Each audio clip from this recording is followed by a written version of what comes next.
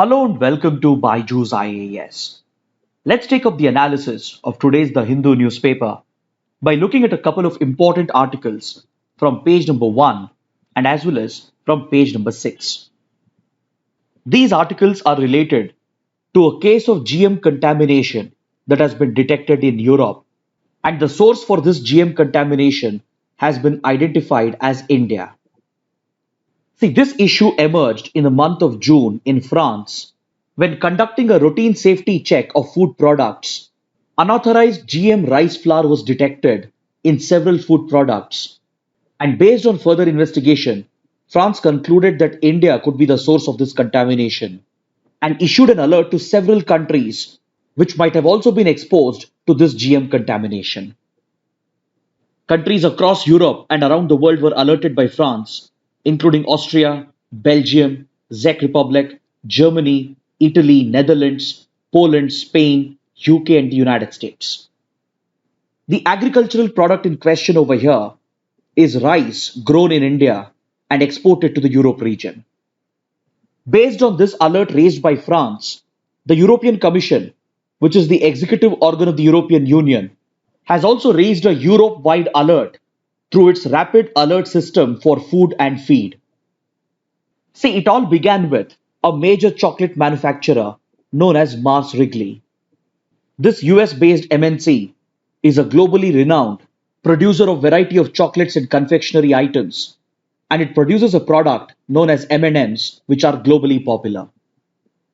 In this chocolate product, crispy rice flakes are used, which is produced using processed rice flour, which was derived out of broken white rice that was exported from India. So, when the routine food safety checks in Europe detected this GM contamination, the source of this contamination was identified as this rice flour. So, this has led European authorities, such as European Commission and European countries like France, to conclude that India is the possible source of contamination, as this rice flour is derived from broken white rice, which is exported from India to these European countries. By the time this contamination was detected, this company had already exported the products and several other confectionery items and baked goods to many countries, thus pushing the company to recall all these products and raise alerts to warn the other countries of possible GM contamination. This issue, which has propped up over the last few months, has caused a lot of concern in India and has worried the government of India, the farmers and the producer organizations, and as well as the anti GMO activists in the country. To understand why this is such a big issue, first you need to know about GM crops or genetically modified crops. See, genetic modification is a biotechnology through which the genetics of a species can be altered. That is, essentially, the DNA of the organism can be modified in order to achieve desired features, in order to develop a better version of the species as compared to the original natural version. This field of science and technology is applied to agriculture to produce genetically modified crops, where plant DNA can be modified by introducing transgenics or even by carrying out non transgenic modifications. These modifications are designed to alter the genetics of the plant so that it can develop desired features which will aid agricultural productivity. Through such genetic modification, plants can be made pest resistant or herbicide resistant, or their productivity could be boosted, and overall quality of the product can be improved. So, while this technology seems to be immensely beneficial, it has also strongly divided the global community into two opposing camps. Because genetically modified crops not only bring enormous benefits, but they also bring enormous consequences.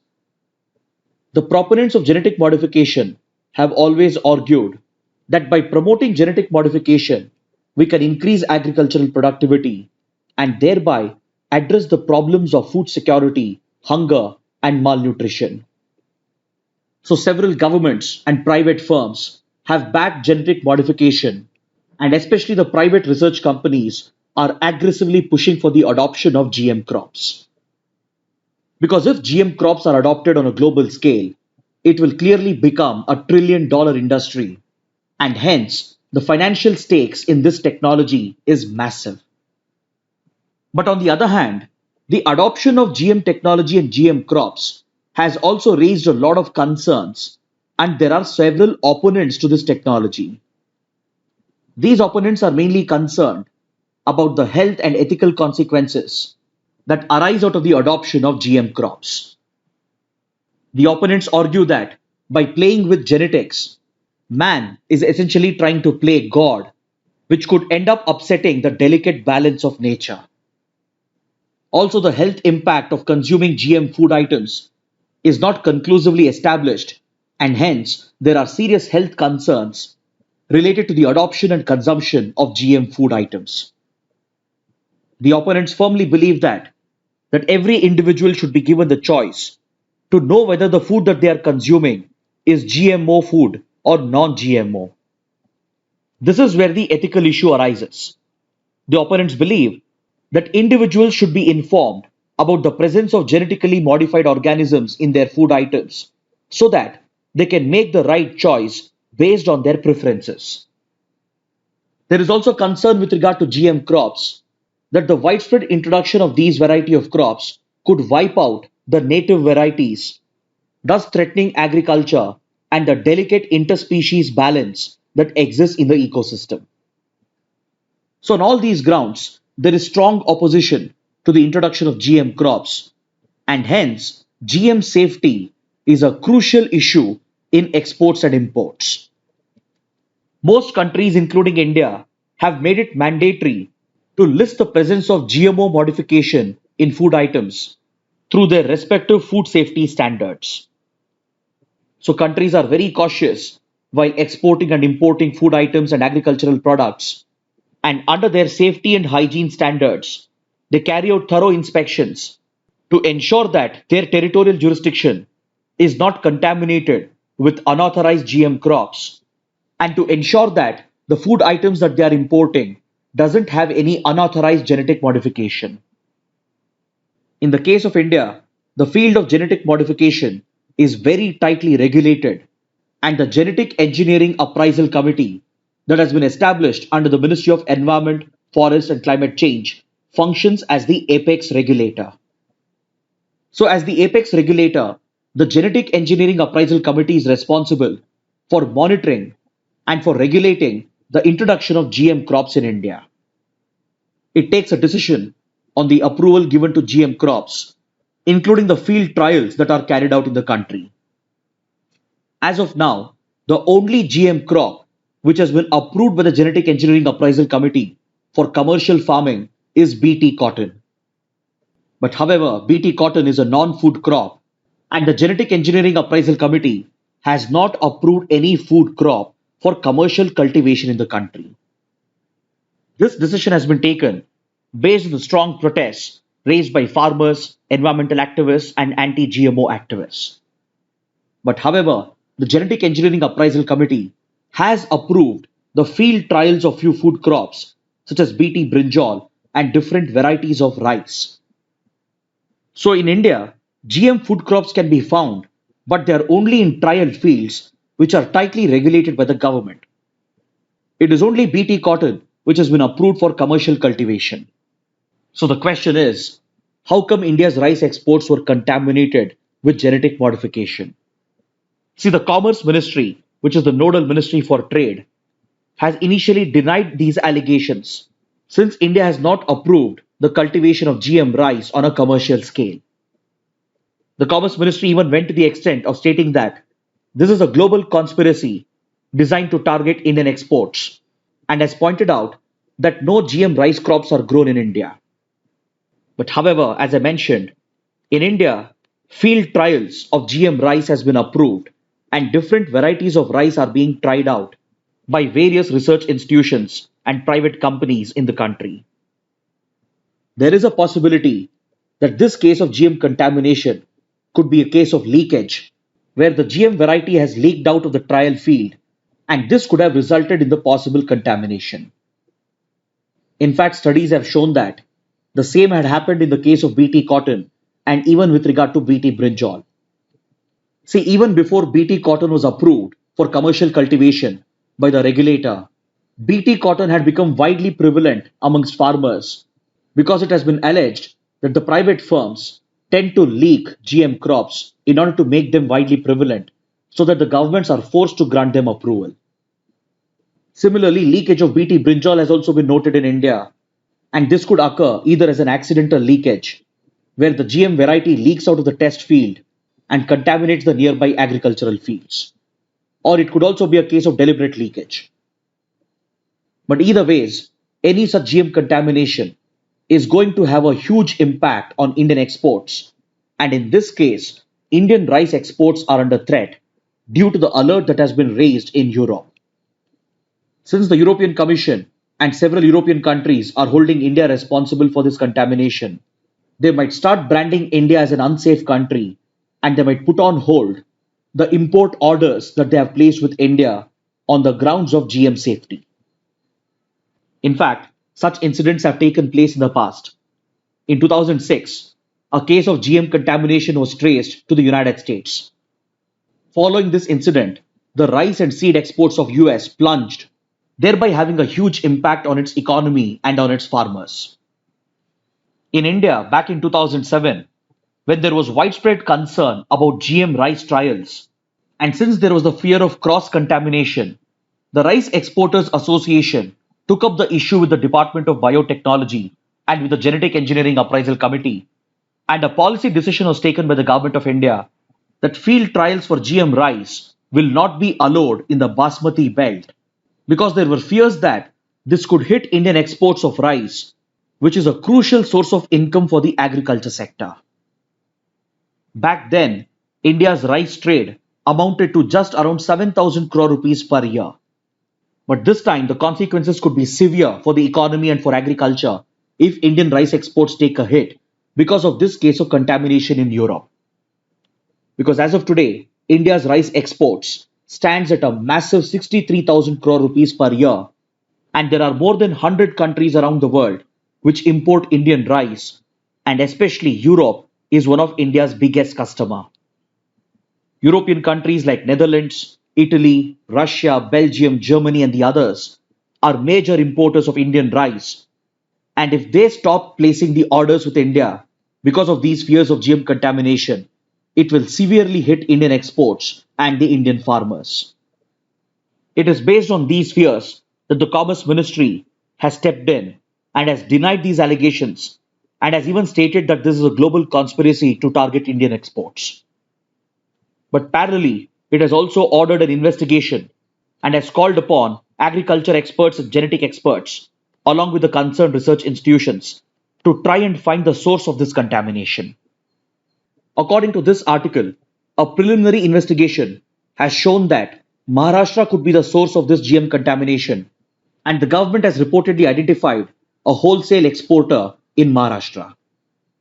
But the big question is, how did he come to possess GM rice, which is not approved for commercial cultivation in India?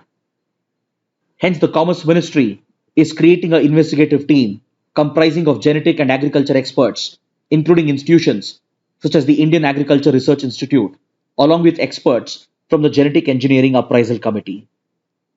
For the time being, the Commerce Ministry has defended India and has stated that this GM contamination might have occurred in Europe itself because the broken rice which was exported from India was later processed at several different European factories to produce the rice flour. So while India acknowledges that the broken white rice which is in question came from India, it is not willing to buy the European argument that this rice was contaminated with genetic modification. India's stand is that during processing in European factories, when the rice was being broken down into rice flour, that is when the contamination might have occurred, and hence India cannot be held liable for this. So, to establish the facts, India has launched an investigation of its own, and this case is going to have serious repercussions for Indian agriculture and as well as for the field of genetic engineering in India. Now, let's look at a column from page number 6, written by Mr. Ravi S. Prasad, the former lead negotiator of India at the Climate Change Convention. He refers to the upcoming 26th Conference of Parties to the UN Climate Change Convention or the UN Framework Convention on Climate Change, and says that the success of this convention is dependent on negotiations related to carbon markets and specifically to Article 6 of the Paris Agreement. See, the Paris Agreement of the Climate Change Convention, which was worked out in 2015, is currently the binding climate change agreement that provides for climate action efforts to be taken by countries that are party to the Paris Agreement. Article 6 of the Paris Agreement introduces provisions for using international carbon markets to facilitate the fulfillment of the voluntary goals that have been announced by the countries under the Paris Agreement. These voluntary goals are referred to as INDCs or Intended Nationally Determined Contributions. Essentially, under the Paris Agreement, all the countries, both developed and developing nations, are bound to declare their voluntary contributions or INDCs, which will help in global mitigation efforts of greenhouse gas emissions. And to facilitate the countries to achieve their NDCs, Article 6 introduces the carbon market mechanism.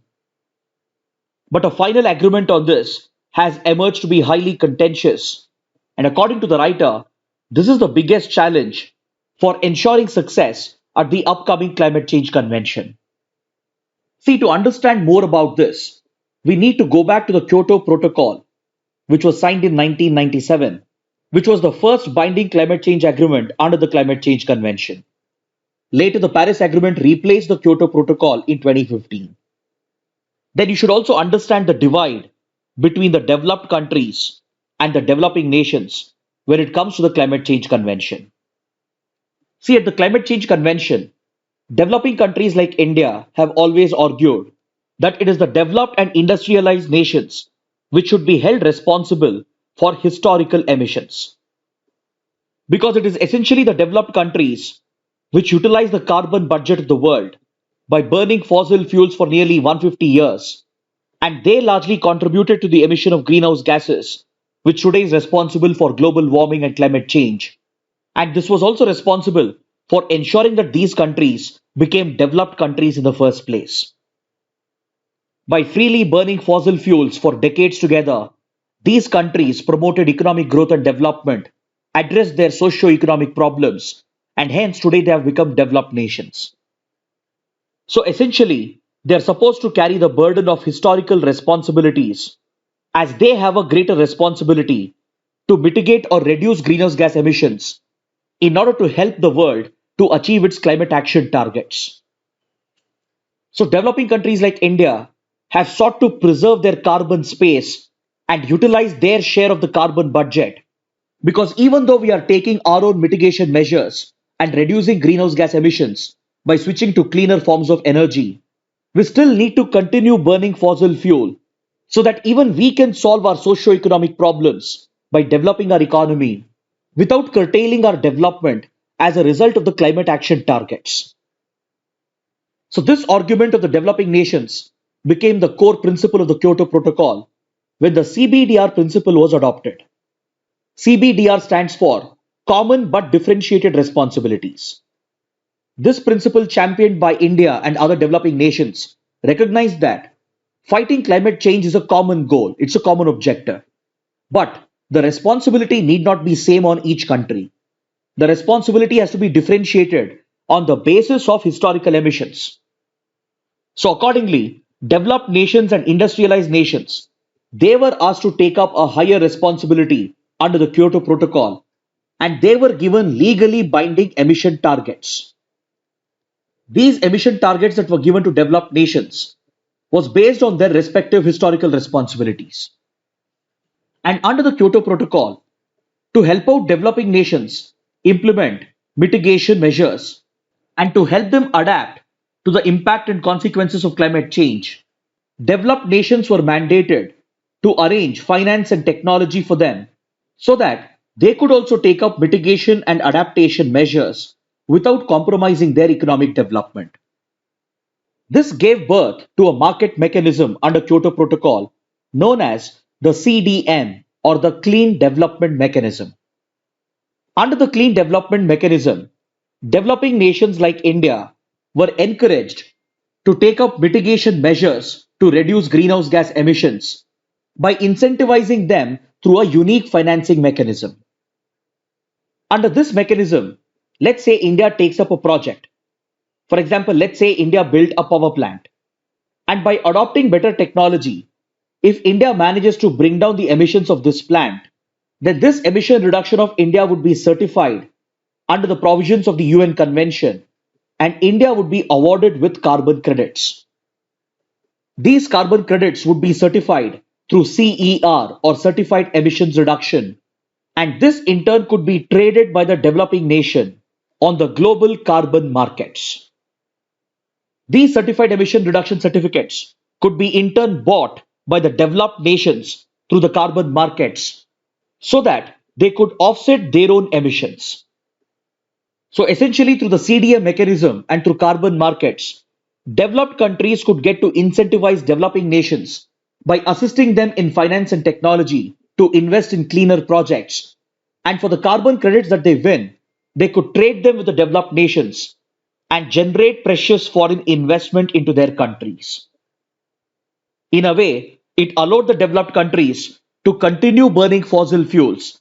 And if they fail to meet their emission targets given under the Kyoto Protocol, then they could offset those targets by purchasing carbon credit from the carbon markets and would also help in incentivizing the emission reduction efforts in developing nations.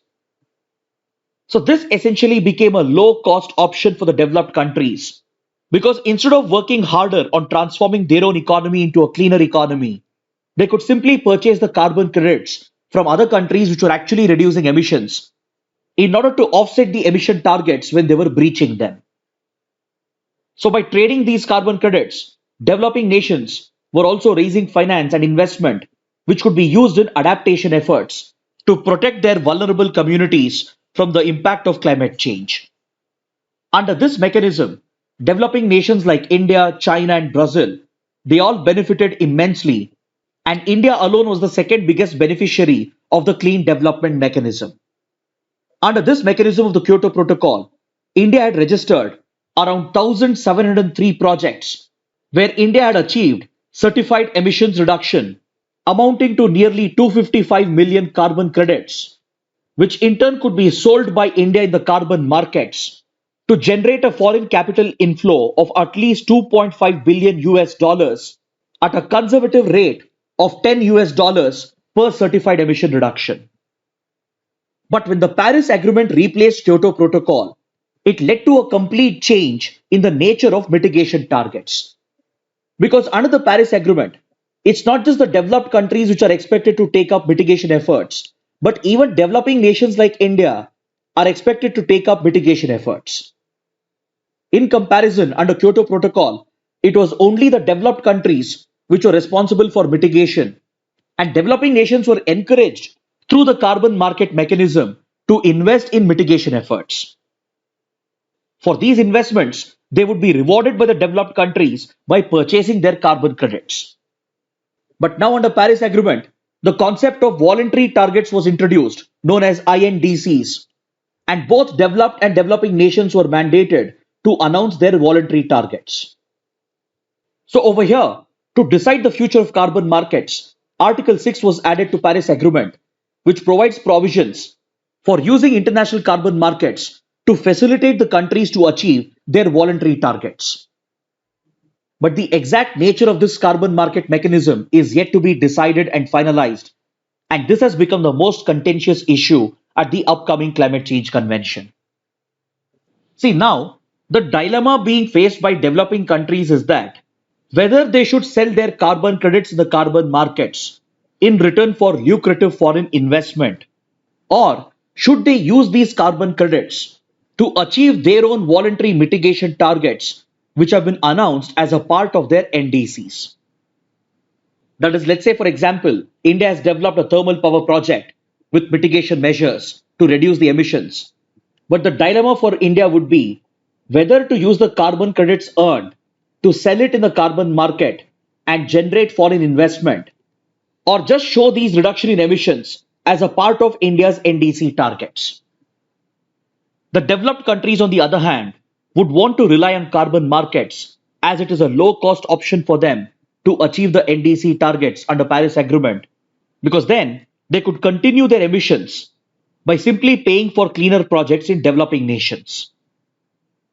But here, there are several challenges that lie ahead, which triggers a major debate. But for now, India has made it clear that it wants to rely only upon domestic mitigation efforts to achieve its voluntary targets, meaning India wants to retain the carbon trading option for the CDM projects executed previously so that it can sell those carbon credits in the carbon markets to generate foreign investment into India, while it continues making parallel efforts to reduce emissions by switching to cleaner and renewable forms of energy and by investing in afforestation and carbon capture in order to achieve its NDC targets. But unlike India, more than 50% of the countries are willing to use their existing carbon credits to show that as a part of their voluntary target achievement. And this is where a debate arises about the nature of accounting these carbon credits. Here, the issue is over CDM transition, accounting rules, and the share of proceeds to adaptation fund. See, now that the CDM mechanism doesn't exist under Paris Agreement, what will happen to the previous CDM projects executed under Kyoto Protocol? That is the question in front of developing and developed nations. Developing nations which have invested in CDM projects obviously want a smooth transition where they can continue using the carbon credits they have earned to sell and trade in the carbon markets. But developed countries have raised questions over the certification mechanism of these carbon credits, and they have questioned the diligence that was adopted previously in awarding these carbon credits to the developing nations.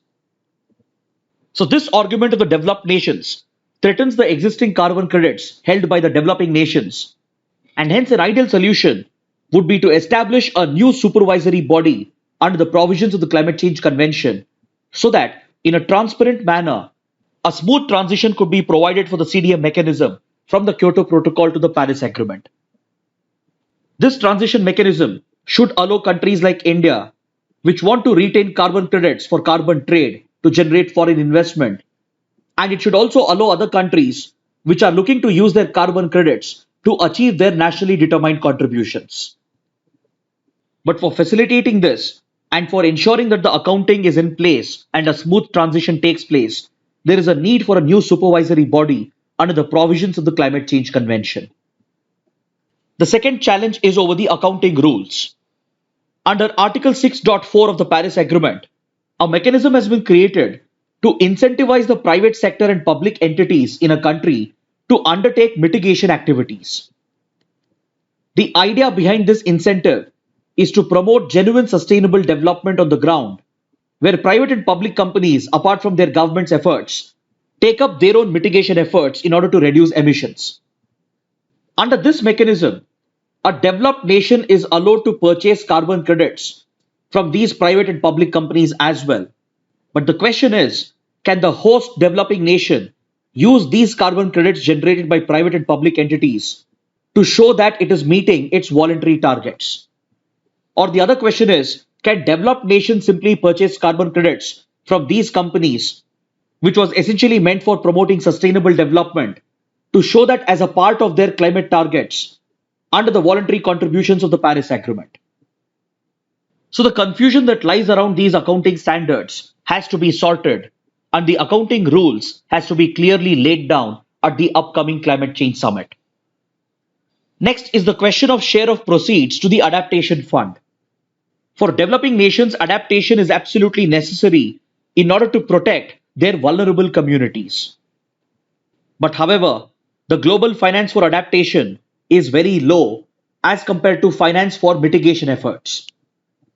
Even on this question of share of proceeds to adaptation fund, there is a disagreement between developing and developed nations, because developing nations are insisting on share of proceeds towards adaptation fund, but developed nations want to restrict the share of proceeds only to mitigation efforts and not promote adaptation efforts in developing nations. So these are the key issues that lie ahead at the Climate Change Summit, especially with regard to Article 6 of Paris Agreement and the carbon market mechanism. The writer concludes by extending support to the carbon market mechanism because it actually benefits both the developed and developing nations. Because through carbon markets and carbon trading, developed countries can keep emitting greenhouse gases, while they have to pay penalties in the form of purchasing carbon credits from the developing countries and help the developing nations generate revenue and foreign investment for earning these carbon credits through mitigation measures. This, according to the writer, serves the purpose of climate justice and allows developing nations like India to retain their carbon space and carbon budget while fulfilling the climate change obligations of both developed and developing nations. Next, on page number 6, we have a column that deals with the national security doctrine of the future. In this column, Dr. Subramaniam Swamy highlights the growing threat of cyber weapons and cyber warfare and how it has changed the traditional dimensions of national security.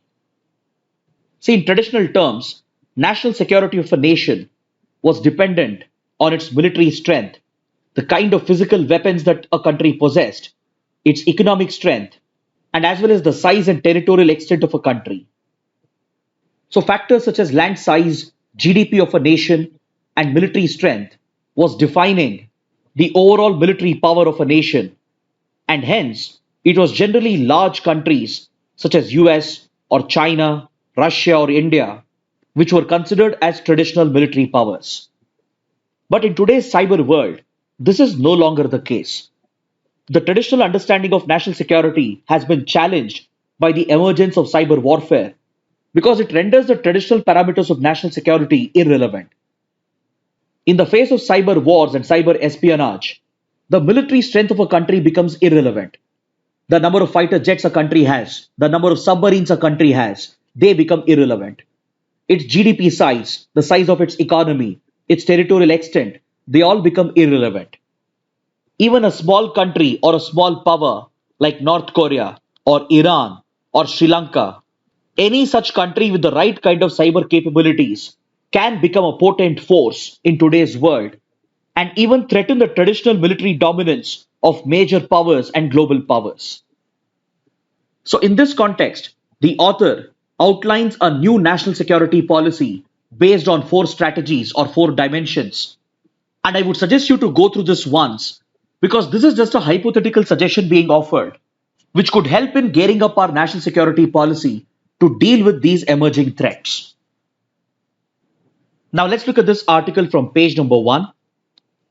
The Indian delegation has participated in the Moscow Format Summit that was organized by Russia to take stock of the situation in Afghanistan and to engage with the Taliban by bringing in all the regional stakeholders.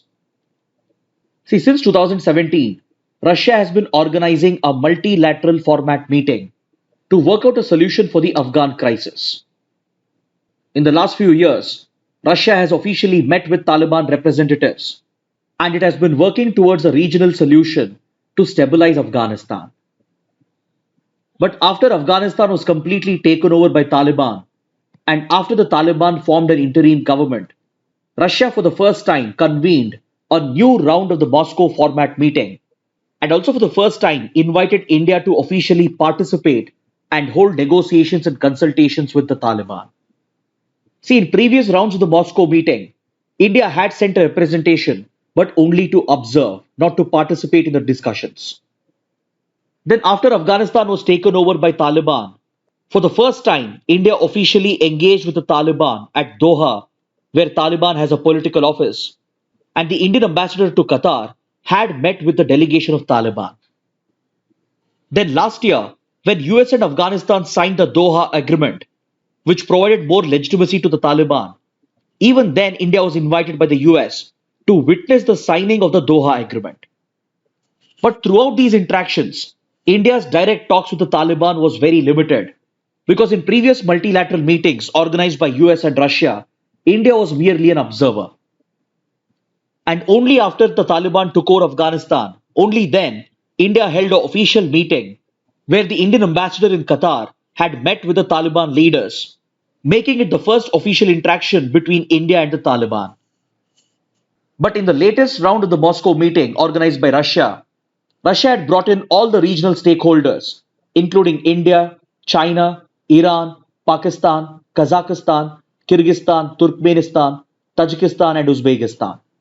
All these regional powers were invited, And for the first time, India has officially sent a delegation to interact and talk to the Taliban in order to guarantee stability in Afghanistan and also to guarantee regional stability. From India, a senior diplomat was sent, that is the Joint Secretary who heads the Pakistan Afghanistan Iran desk at the MEA, Mr. JP Singh, headed a small official delegation to the Moscow meeting to interact with the Taliban. During this meet between Indian delegation and Taliban leaders, India for the first time has offered humanitarian assistance and aid, along with a large consignment of wheat supplies to help out Afghanistan following the economic crisis the country is facing after the Taliban took over. Before the Taliban took over, India has always been a big donor to Afghanistan, but this would be the first time that after the Taliban took over, that India would be offering humanitarian aid and assistance to the country. During this meeting, the focus of all the regional powers, led by Russia, was on ensuring that the Taliban government in Afghanistan doesn't allow Afghan soil to be used by terror groups to create destabilization in the region, and to seek guarantees from the Taliban that the future government of the country would be an inclusive government that would respect the rights of minorities and women.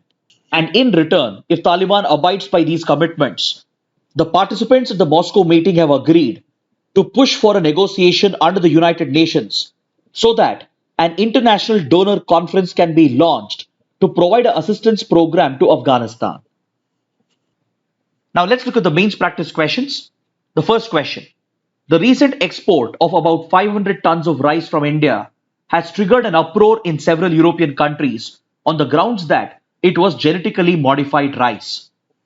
Examine the implications and why India must assuage importers that its produce is compliant with trade demands on GM foods. The second question. With regard to climate change negotiations, explain the significance of Article 6 of the Paris Agreement. Kindly write an answer to these questions and post your answers in the answer writing portal, for which the link shall be given in the description box. So with this, let's conclude our discussion for today. Thanks for watching.